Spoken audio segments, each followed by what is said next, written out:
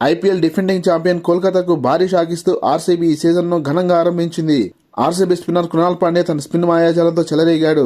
Run machine Virat Kohli ప్రేక్షకులను మంత్రముగ్ధులు చేస్తూ సూపర్ హాఫ్ సెంచరీతో తన జట్టు విజయంలో కీలక పాత్ర పోషించాడు. ఈడెన్ గార్డెన్స్ వేదికగా ఘనంగా ఆరంభమైన ఐపీఎల్ 2025 సీజన్ మొదటి మ్యాచ్ లో బెంగళూరు మరియు కోల్కతా జట్లు తలపడ్డాయి. టాస్ ఓడి బ్యాటింగ్ దిగిన కోల్కతా ఆరంభంలోనే డీకాక్ వికెట్ కోల్పోయింది.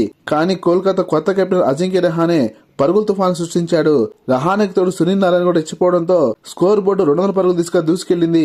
అయితే ఆర్సీబీ బౌలర్ కృణాల్ పాండ్యా కోల్కతాకు భారీ షాక్ ఇస్తూ 31 బంతులు 6 ఫోర్లు 4 సిక్సర్లతో 56 పరుగులు చేసిన అజింక్య రహానేను క్యాచ్ ద్వారా, అలాగే డేంజరస్ ప్లేయర్స్ వెంకటేష్ అయ్యర్ మరియు రింకు సింగ్ లను క్లీన్ బౌల్ చేయడం ద్వారా కోల్కతా ఒక్కసారిగా ఆత్మరక్షణలో పడింది. ఆర్సీబీ ఓవర్ల కట్టుదిట్టమైన బౌలింగ్ దెబ్బకు కోల్కతా 20 ఓవర్లలో 8 వికెట్లు కోల్పోయి 174 పరుగులు మాత్రమే చేయగలిగింది. 175 పరుగుల లక్ష్యాన్ని ఛేదించడానికి ఆర్సీబీకి ఎంతో సమయం పట్టలేదు. ముఖ్యంగా కోల్కతా నుంచి ఆర్సీబీకి మారిన ఓపెనర్ ఫిలిప్ సాల్ట్ యథేచ్ఛగా కోల్కతా బౌలర్స్ పై విరుచుకుపడ్డాడు.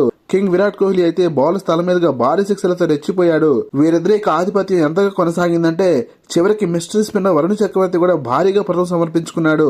31 బంతుల్లో 9 ఫోర్లు 2 సిక్సర్లతో 56 పరుగులు చేసిన ఫిలిప్ సాల్ట్ 9 ఓవర్ల పెవలింగ్ చేరాడు. సెకండ్ రౌండ్ లో వచ్చిన RCB new captain Rajith Patidar 16 బంతుల్లో 34 పరుగుల మెరుపు ఇన్నింగ్స్ ఆడి ఆర్సీబీ విజయ వేగాన్ని పెంచాడు.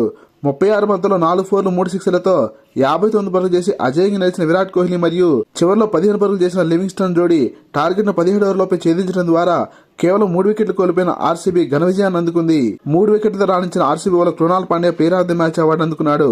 లేటెస్ట్ క్రికెట్ అప్డేట్స్ కోసం వీడియో లైక్ చేసి ఛానల్ సబ్స్క్రైబ్ చేస్తున్నా ఆశిస్తున్నాం. Thank you for watching.